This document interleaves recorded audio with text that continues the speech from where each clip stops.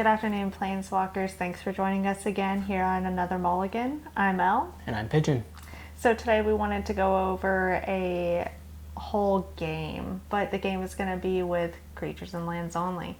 So if you checked us out previously, we've talked about the breakdown of a card, the lands, and the creatures, and now we're going to show you how that plays out. Anything you want to add? Sounds about it. All right, so I built these decks, and I'm just going to give you a quick rundown of them along with Pigeon here, since one of them is based around his specialty. So I built two decks consisting of, like I said, creatures and lands only, just basics. One is a bicolor, so it is a blue and black zombie build. And the other is a mono green tribal elves build, which elves get really, really nasty really fast. They're dirt cheap. And he's a cheap player, so we're gonna go head to head with that. I can tell you pretty much right off the bat right now who's gonna win, because it's lopsided. As we go, we're gonna be adding in instants, sorceries, enchants, all of that fun stuff until we have a complete deck. So keep up with us. We're gonna keep this moving along with our videos. I hope you enjoy. Let the games begin. Alright guys, so typically at the beginning of a match you want to shuffle your deck and get yourself nice and ready. Make sure you don't have any clumps of land. Try to make sure everything is mixed up evenly. Alright, and typically you do have play mats out for such events as these. Make sure you have yourself ready. We have ourselves +1/+1 counters, neg counters, and others. You want to make sure that you have a couple D20s handy for you guys to be ready for your game. And start off on 20. And for us, we like to do a game of rock, paper, scissors to see who gets to start.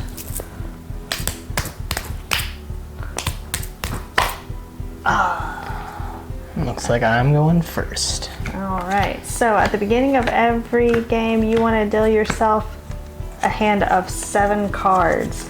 Now, if you happen to look at those cards and you're not satisfied with the amount of lands that you have, typically you want to start with 2 to 3 lands in your hand to be satisfied. I'd say so. Any less, you want to call mulligan. Now, what mulligan is you take this, shuffle it back in here, re-deal yourself a hand of 7. If you're still not satisfied, you call, hey, another mulligan. And when that happens, you have 1 less card that you deal yourself. So it continues to go down, which typically people stop there. They just kind of go, I'm going to take my chances. Yeah. So let's check our hands and make sure we don't have to call mulligan. I've already checked. I'm good to go. All right. Well, you get to start us off. I'm going first. All right. So the first player does not draw a card. When you start the match, you just start with what you got in your hand. So I'm going to play my forest. The broccoli basic land. Broccoli basic land. And I will tap it in order to use the mana. Remember we talked about this in our lands video. You tap it. And I'm going to play Elvish Mystic. Alright, so he is a creature, elf druid. He has an activated ability. I can tap him to add 1 green to my mana pool. And he's a 1/1. Now here's a cool note about this creature.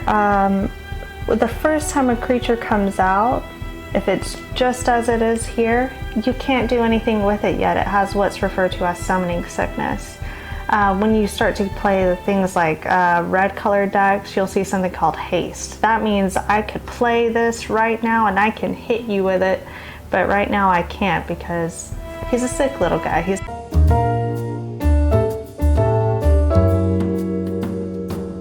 Okay. So we're back. Yep, okay. After technical difficulties, we are back. So now, where I left off is I just played Choked Estuary. It's a non-basic land. This is a basic land. It has one task, one purpose. This is non-basic because it has all this text going on. And it states that as Choked Estuary enters the battlefield, you may reveal an island or swamp card from your hand. If you don't, Choked Estuary enters the battlefield tapped. So it's entering like this for now. Assumed that I have this. I'm going to ask Brennan because I'm not sure. It's not an island, so it doesn't count as this, but I want to show this too. I can't pull this out even though it counts as the same color. It's completely different still. It's a non-basic as well. A basic would be a plain island or a swamp to fulfill this purpose. Whoa. So for now, it comes in tapped. Right on. Alright, so I have nothing else to do this turn, so that wraps up my whole turn, so I will declare turn. Alright, so I'm going to start my turn. Now, at the beginning of my turn, I'm going to first do my untap step. So anything that was tapped on from my last turn becomes untapped unless something's preventing it. Then I move on to draw my card.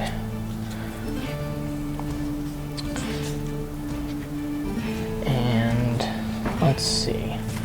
So, alright, so I'm going to go ahead and I'm going to start my combat phase. And it's important to make sure to let your opponent know when you're going to start your combat phase. So, I'm going to start declaring attackers. I declare Elvish Mystic as an attacker. Whenever you declare attackers, your attackers tap. But anyway, it's now my turn to declare blockers, but I have nothing out, so this is coming straight at my face for 1. So move on a little spin down.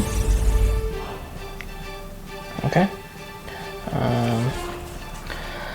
Okay, so now that damage has been dealt, the steps of a combat phase: declaring attackers, declaring blockers, and combat damage. So combat damage has been dealt. Now starts my second main phase, and I will play another land, tap my 2 lands, because I love broccoli, and I believe I will put out Quirion Elves.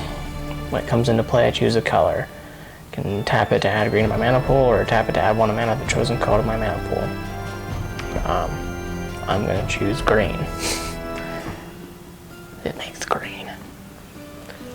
So, and now my lands are tapped out, nothing else I can do, so that's the end of my turn.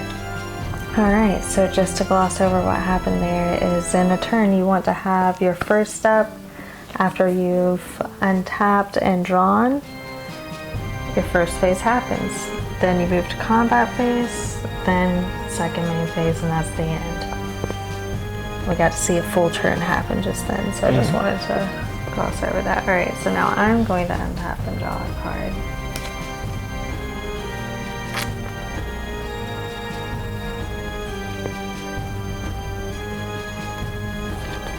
Allow this to enter the battlefield. It's another non-basic land, but when it comes in tapped, and I gain a life. So I'm back at 20. And that's it. Turn. Alright, start my untap step. And my draw step. And now I've got 2 creatures out.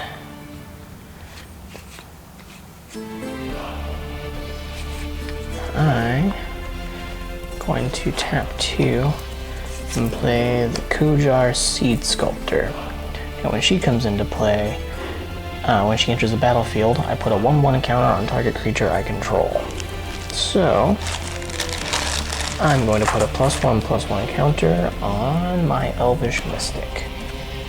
So now this becomes a 2/2. And I am going to start my combat phase. So I'm declaring Elvish Mystic and the Quirion Elves as attackers. That's swinging for a total of 3. 2 here, 1 here. Alright, so I can't declare any blockers as we said before, so I take 3. Alright, 17. Here we are, guys. Alright, now it's my second main phase. I'm going to go ahead and play my next land. Gonna tap it to play the Elvish Eulogist. And I can sacrifice her to gain 1 life for each elf card in my graveyard. And that's the end of my turn. Untap, draw. Let's see. Play Fairy Conclave.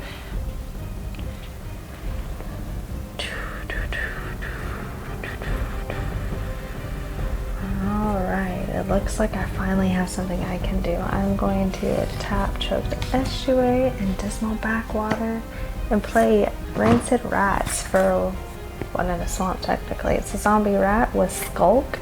Skulk is a static ability that means the creature can't be blocked by creatures with greater power. So remember, power toughness. This one's a 1/1. The secondary static ability, I guess, would be Death Touch, which means anytime it does any amount of damage to anything else on the battlefield, it destroys it. It's just dead. Alright, and I can't do anything else. I'm tapped out, so it's your turn. Okay, it's time for me to untap. Untap my elves, untap my lands, and draw my card. So, let's see.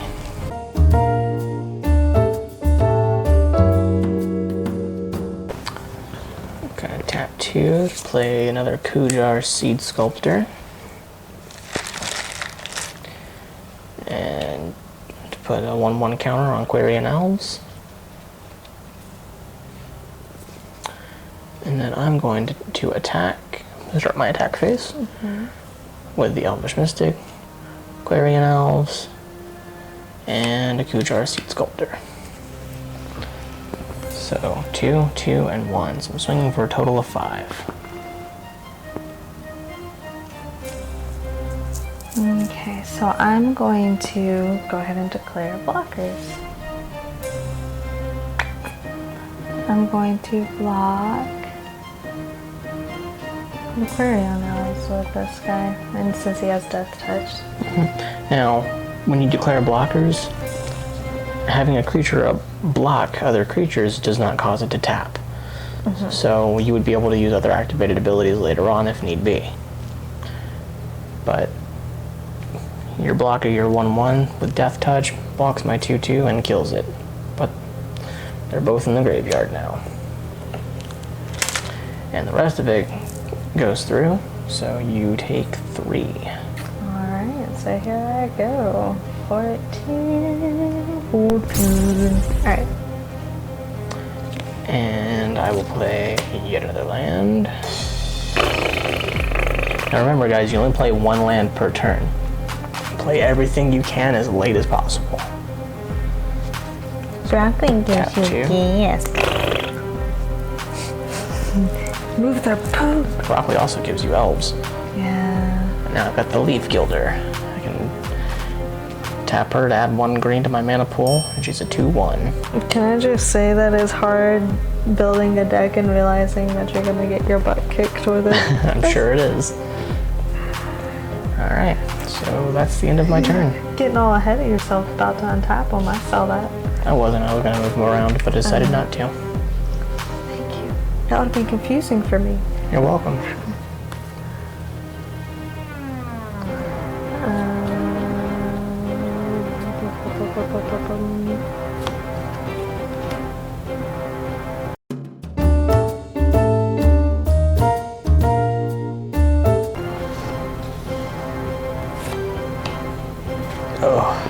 Mortivore. I tapped all of mine to play a Mortivore. Mortivore's power and toughness are equal to the number of creature cards in all graveyards.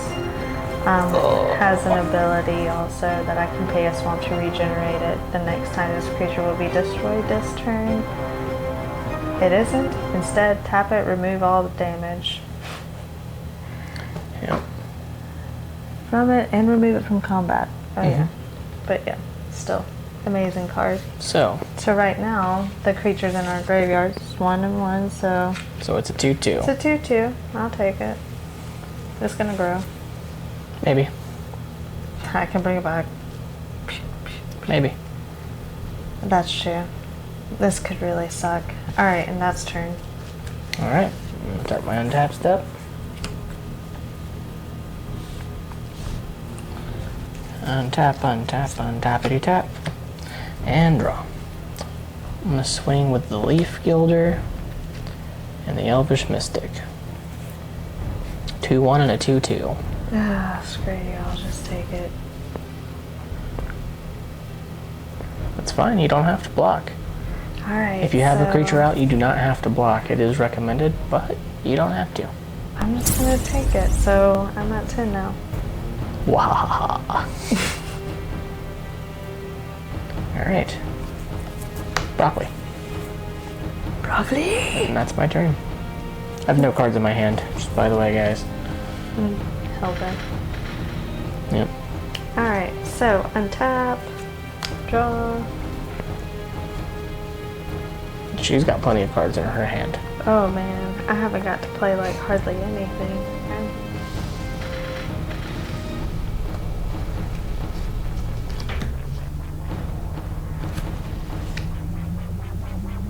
Ooh, a face-down Wild creature. card. Alright, so some of them have cast cost. I suggest you do this. So this is what's called a morph cast, and you cast it face down as a 2/2 creature. It'll have a cost on there, and this one has a cost that I can flip at any time, and it becomes whatever creature it is. Show them, I don't have to see it. So here we go, which is pretty sweet. So you can see on the bottom of the card, I believe, it should have a morph cost. Yeah, but I mean, when you want to play it, you cast it for 3 typically, and then you have to pay the morph cost in order for it to flip over. You saw it. I didn't see it. Okay. I just know they usually have the morph cost at the bottom.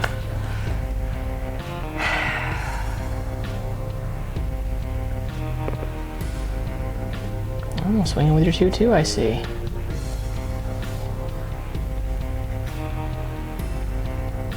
Don't I have to pay that now? Is that how that works? Okay, well, there. I'm still learning things too.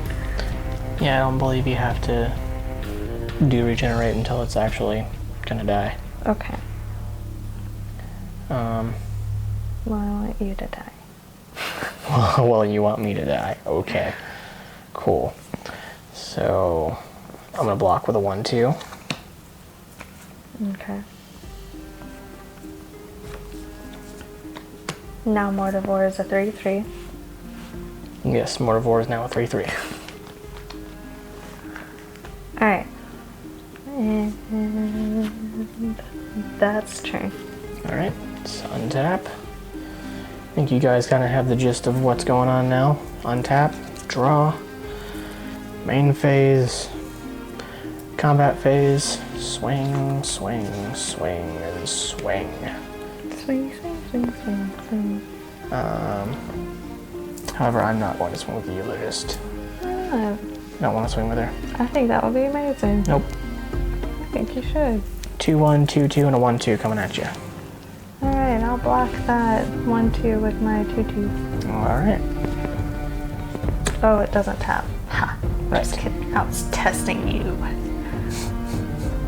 If you notice that, you get a gold banana sticker. Banana sticker's not included. May or may not be included. They're not. Okay. We don't have banana stickers. I'm sorry, guys. What else are you gonna do? Oh, that's right. It's my turn. So. Oh, I gotta take the damage. Yeah, you gotta take some damage there. You were gonna let me get away 2, with it. 4. Oh, I know. Make sure you stay on top of your opponents. And also try to do your best to stay on top of your own stuff too. Yeah. That's really what you should do. Broccoli on my second main phase. Broccoli. And that is turn. Alright, so untapping is happening. Which now, how many creatures are there in your graveyard? I have 3. Yeah, so Mortifor's a 4/4. Mm-hmm. Mortifor. Mortifor. Yeah, Mortifor. Like he's golf or something. Mortifor. Or. Okay. Moonring Island. Moonring Island comes into play tapped. This one would have worked for the other thing. It's a non-basic land, but it's an island. Yes. That would have worked. Yes, that would have for Choked Estuary. Because these do just say land, but that one, yeah. Look at the top card of your library, of your target player's library. Play this ability only if you control 2 or more blue permanents. You currently control 0. That's blue. No, it's not. That's a blue permanent. Lands don't have color. Oh, yeah. Ooh. This is an important note. Lands do not have color. Alright, so tap these. Play that guy. Hate Weaver. Not a metal band. It should be. Alright, and I'll call turn on that. Oh. Okay. Yeah. Untappy tapping. You gotta be Draw a considerate card. of what you got in your hand, so when you look over and you have 6 life, and you don't want to be silly. Right on. Well, I don't want to be silly either. I'm gonna play another Elvish Mystic. And I'm gonna skip my combat phase. Interesting. Can't skip it for too long, otherwise this video will go on forever. Yes. So keep in mind, guys, we are going to have to play this a little differently than we normally would. Otherwise, this will take a really long time. Yeah. I'm gonna tap these 2 during your second moon phase Okay. and flip my morph cost creature. Sidisi's it's- Pet. Yeah, it's a zombie ape with lifelink. A So 1/4, not bad. yeah. All right. Oh, that's the end of my turn. Okay, so my taps that.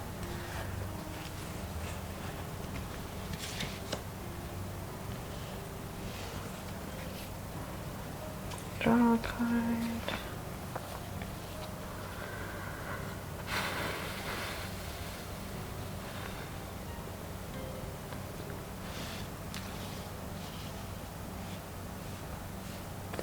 Just another Mortivore. Oh, God.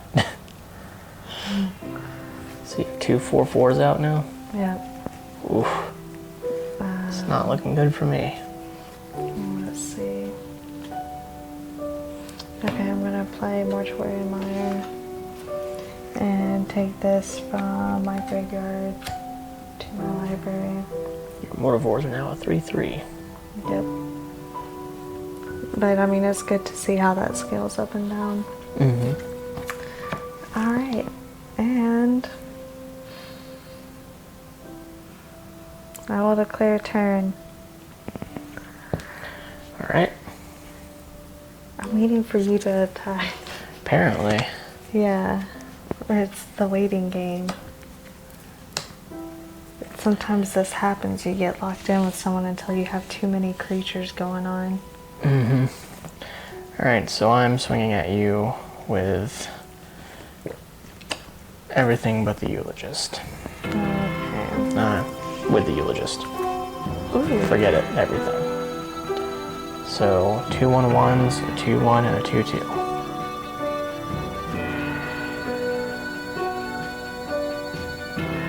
Alright, Leaf Glider, Seducing, Mystic, Eulogist. Okay. So, while these don't tap, that one dies. And that's it. for death on your end. And all of yours die. All of mine are gone. This is awesome because how many creatures are in your graveyard? Quite a lot. 1, 2, 3, 4, 5, 6, 7. And I have one over here, so I have So two her 2 8/8s. Mortivores are now 8/8. It's pretty crazy. All right, that's turn.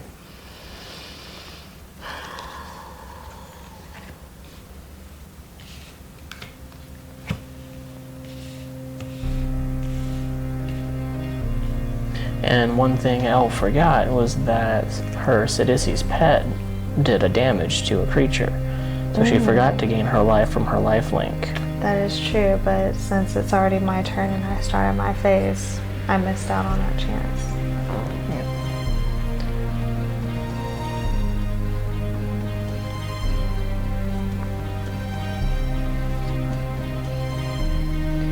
Alright, so I'm going to attack with everything. So I'm being hit for 17. Ouch. That's a big ouch. Finally. And we got a band-aid.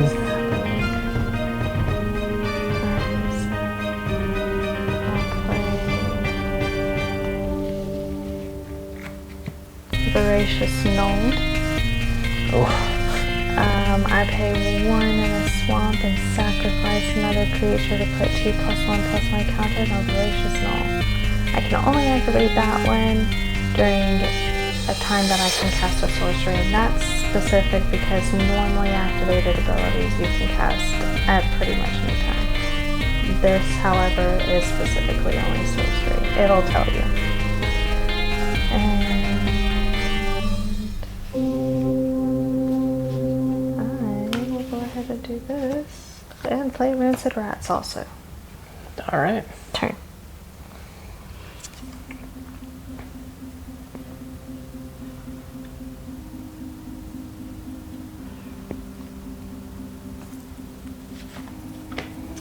Adverse card, Puma Renegade.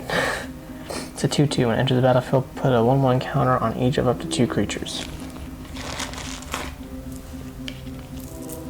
Yay. Each creature I control with a counter on it has tap, add green to my mana pool.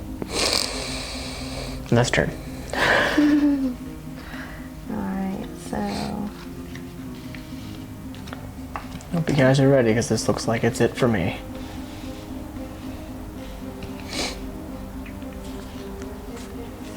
draw. Yay.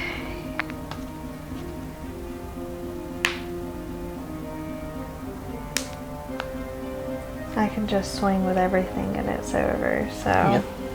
Here we go, guys. This is a total of A lot. 16, 17, 18, 19, 20. 20 damage.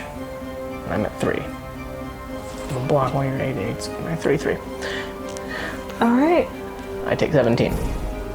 I win! Yeah. Well, it looks like we finished up this game of zombies versus elves. It all worked out a little differently than what we had thought before. Originally, when we ran the decks, the elves overwhelmed the zombies. That being said, we did get some different plays out this time than we normally get to see, which is how decks always run. You're always going to see something new, typically. But yeah, if you guys have any questions or if you have any comments you want to make about the video, please feel free to let us know down there.